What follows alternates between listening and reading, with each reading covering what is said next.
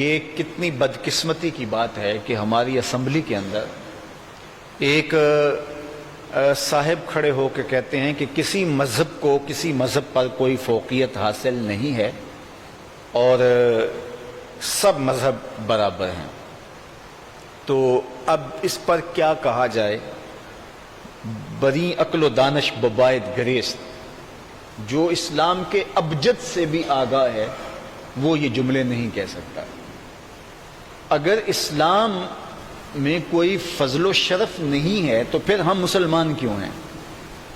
جب سارے دین اللہ تک پہنچنے کا راستہ ہیں، سارے ادیان حق ہیں، تو پھر اسلام ادیان کا ناسخ کیوں ہے؟ تو یہ عجیب سی بات ہے۔ باقی یہ کیسی دلیل ہوئی کہ میں فلاں جگہ گیا تھا تو انہوں نے مجھے چرچ میں عید پڑھنے کی اجازت دی تھی، تو رواداری کے طور پہ ہمیں بھی ایسا کرنا چاہیے اور ہمیں بھی اسی طرح کشادہ ہونا چاہیے۔ میاں ان کا مذہب جو کہ معطل ہو چکا ہے اور وہ مذہب نہیں رہا بلکہ رسومات کا مجموعہ بن چکا ہے، تو انہوں نے اگر یہ چیز اختیار کر لی ہے اور اس کے پیچھے آپ لوگوں کو فریب دینا ہے تو کیا آپ اس کے بدلے میں ایسا کر لیں گے؟ اگر آپ کو وہ اپنے گرجا گھر میں عبادت کرنے کی اجازت دیتے ہیں یا وہ اپنے کلیسا میں، اپنے مندر میں، اپنے معبد میں، اپنے گردوارے میں، تو کیا آپ اجازت دے سکتے ہیں رواداری کے طور پہ کہ وہ بھی مسجد میں ہم ظہر کی نماز پڑھیں گے، جمعہ کی نماز ادا کریں گے، بعد میں وہ اپنے بت لے آیا کریں اور یہاں رکھ کے بت پوج لیا کریں؟ نہیں جی، جب وہ اجازت دیتے ہیں تو پھر ہمیں بھی روادار ہونا چاہیے۔ وہ کہتے ہیں ہمارے مندر میں آؤ اور آپ اپنے اللہ کی عبادت کرو، ہم آپ کی مسجد میں آ کے اپنے معبودوں کی عبادت کرتے ہیں، اور وہ تو اس کے لیے تیار ہیں، آمادہ ہیں، اور آپ کو کھلے دل سے ایسا کرنا چاہیے اور آپ کیجئے۔ لیکن آپ ایسا نہیں کریں گے، اس لیے نہیں کریں گے کہ آپ کو نظر آتا ہے کہ میرے رسول نے 360 بت کعبے سے توڑے، تو کیسے آپ اس کی اجازت دے سکتے ہیں؟ پھر دین کہاں باقی بچے گا کہ آپ کے محراب کے اندر بت رکھے جائیں؟ اور آپ اس کی دلیل یہ بنا رہے ہیں چونکہ وہ اپنے مندر میں اللہ کی عبادت کرنے کی اجازت دیتے تو ہم کیوں نہیں جواب کے اندر دیں گے؟ یہ عجیب فلسفہ ہے جو تم نے تراش لیا، اور عجیب منطق ہے جو تمہارے ذہن میں آئی۔ وہ تو یہ چاہتے ہیں ودو لو تدہنو فیدہنون، کہ کچھ تم لڑک جاؤ کچھ ہم لڑک جائیں۔ ہمارے پاس تو مذہب دین ہے ہی کوئی نہیں، لیکن تمہارا جو تسلب ہے اور تمہاری جو پختگی ہے وہ ختم ہو جائے اور تم تذبذب کی دنیا کے فرد بن جاؤ، بس ختم ہو جائے اور تمہارا اسلام، تمہارا دین رخصت ہو جائے، چونکہ وہ امتیاز ہی تو تمہارے لیے سب کچھ ہے۔ جب امتیاز ہی ختم ہو جائے تو پھر کس طرح کچھ باقی بچتا ہے؟ لیکن یہ اس کو سادہ ذہن کہا جائے، مغرب پرست کہا جائے، بے وقوف کہا جائے، نادان کہا جائے، یا ان لوگوں کے لیے کیا لفظ استعمال کیا جائے، کیا ان کا فکر ہے، کیا ان کا فلسفہ ہے؟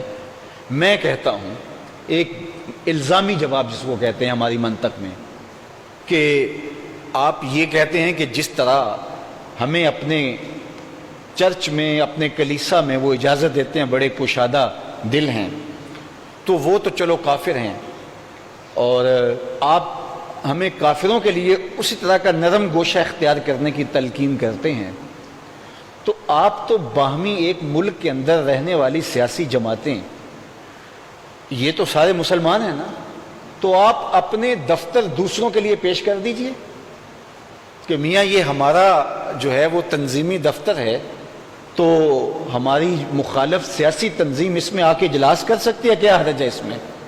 تو کیا آپ کی سیاسی غیرت گوارا کرتی ہے؟ تو جب آپ کی سیاسی غیرت یہ گوارا نہیں کرتی، جبکہ تم ایک ملک کے شہری ہو اور ایک نبی اور ایک رسول کے ماننے والے ہو، اور تم اپنا دفتر، انتخابی دفتر ہو یا تمہارا تنظیمی دفتر ہو، اس میں فریق مخالف کو اجلاس کرنے کی اجازت نہیں دیتے ہو کہ وہ یہاں آئیں بیٹھیں، یا اپنے کارکن کو فریق مخالف کا جھنڈا لگانے کی اجازت نہیں دیتے ہو۔ آپ کبھی اسمبلی میں آتے ہو تو اپنی پارٹی کے جھنڈے کے ساتھ آتے ہو، یا اجتماعات میں جاتے ہو مخالف فریق کا جھنڈا بھی کبھی یہاں لگا لیا کرو، کیا فرق ہے اس میں پڑتا ہے؟ یار ہمیں تھوڑا سا قریب ہونا چاہیے، لیکن اس وقت تمہاری غیرت بڑی جاگتی ہے۔ تو یہاں کیا دین لاوارث ہے، دین یتیم ہے کہ جو مرضی تم کہتے رہو اور تمہاری کوئی تردید کرنے والا موجود نہ ہو؟ اور مثال مغرب کی دیتے ہو جی جناب، وہاں جو ہے وہ تمہارے لیے انہوں نے ایک جھانسا رکھا ہوا ہے کہ یہ دیکھیے ہم آپ کو یہاں نماز پڑھنے کی اجازت دیتے ہیں۔ میں آپ کو کہتا ہوں کہ وہ اتنے وسیع ظرف ہے نا کہ وہ آپ کو اجازت دیتے ہیں نماز پڑھنے کی۔ آپ مسجد قرطبہ میں جا کے نماز پڑھ کے دکھائیں، وہ وسیع ظرف ہیں، وہ آپ کو گرجے میں عید پڑھنے کی اجازت دے رہے ہیں۔ آپ جائیں مسجد قرطبہ میں، یہ مسلمانوں کی تعمیر شدہ مسجد ہے، اور عبد الرحمن الداخل کے بعد جب حشام اس مسجد کی تعمیر کا بیڑا اٹھاتا ہے تو اس نے جتنا بھی مال غنیمت تھا اس کا 5واں حصہ اس مسجد کی تعمیر میں، جب تک وہ زندہ رہا، جب تک وہ اقتدار کی مسند پہ رہا، تو جتنے بھی مال غنیمت آتے تھے 5واں حصہ صرف اس مسجد کو لگتا تھا۔ 10 مربع کلومیٹر پر مشتمل یہ مسجد، اس کے احاطے اور اس کے پارکیں اور اس کے متعلقات تھے 10 مربع کلومیٹر پہ۔ اب وہ سکڑ کے صرف اس کا مسقف ایریا رہ گیا ہے، اس کا ہال اور وہ جو جہاں چھت پڑی ہوئی ہے بس وہ جگہ رہ گئی، لیکن وہ بھی آج بھی دعوت نظارہ دیتی ہے۔ 1400 ستون ہیں اس کے، اس ہال کے 1400 ستون ہیں۔ اقبال نے کہا تھا تیرا وجود مردان خدا کی دلیل، وہ بھی جلیل و جمیل، تو بھی جلیل و جمیل۔ اللہ تیرے ستون بے شمار، تیری بنا پائیدار، شام کے صحرا میں جیسے ہجوم نخیل۔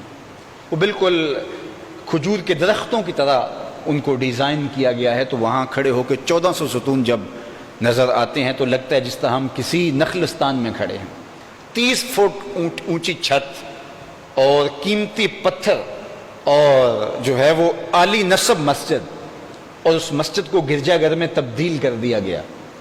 2008 کے اندر باقاعدہ وہاں قرطبہ کے مسلمانوں نے پوپ کو درخواست پیش کی ہے کہ ہم یہاں نماز کبھی کبھار ادا کر لیا کریں، اس سے مذہبی رواداری پیدا ہوگی جس کو تم پیدا کرنا چاہتے ہو۔ لیکن اس کی اجازت 2008 کی دستاویز گواہ ہیں کہ نہیں دی گئی۔ 2011 میں مجھے اس مسجد کو دیکھنے کا شوق ہوا تو میں وہاں گیا، تو یہ تو بتا دیا گیا، اور وہ جو انٹری پہ بتا دیتے ہیں کہ یہاں نماز کی اجازت نہیں ہوگی۔ اب وہ مسجد جہاں ابن حزم کے سجدوں کے نشان ہیں، جہاں قاضی ایاز مالکی اندلسی علیہ رحمہ بیٹھ کے حضور کی سیرت اور حضور کی صورت بیان کیا کرتے تھے، جہاں ابن رشد، امام قرطبی اور ابن بیتار جیسے لوگ بیٹھ کے دین کا پیغام دیا کرتے تھے، جس کے چپے چپے پہ اہل اللہ کے سجدوں کے نشان موجود ہیں، تو کس طرح میں گوارا کر سکتا تھا کہ جوتا پہن کر اس مسجد کے اندر جایا جائے؟ تو میں نے جوتا اتار لیا، تو مجھے وہیں سے واپس کر دیا گیا۔ میں مسجد قرطبہ کے ہال میں گیا ہوں لیکن ساری دیکھ نہیں سکا۔ جب ان کی نظر پڑی کہ شخص نے جوتا نہیں پہنا تو میں نے کہا کہ اس کا کیا مطلب ہے، یہ کپڑے بھی اتار کے لوگ پھر رہے ہیں تو مجھے آپ جوتا بھی نہیں اتارنے دیتے؟ تو خاصی ان سے بحث ہو گئی، تو وہ کہنے لگے کہ کیونکہ مسجد کا احترام عبادت ہے مسلمانوں کے ہاں، کہ وہ مسجد میں جوتا پہن کے نہیں جاتے، تو یہ جوتا آپ کا نہ پہننا عبادت کا ایک روپ ہے، لہٰذا ہم اس کی اجازت نہیں دے سکتے۔ تمہیں تو گرجے میں نماز پڑھنے دیتے ہیں اور وہ مسجد میں جوتا اتار کے نہیں جانے دیتے کہ یہ بھی عبادت کا ایک رنگ ہے اور ہم اس کو برداشت نہیں کرتے۔ وہ تمہارے مغالطے کے لیے ایک چونچلا ہے، اور یہ ان کا اصل روپ ہے جو تمہارے سامنے آیا۔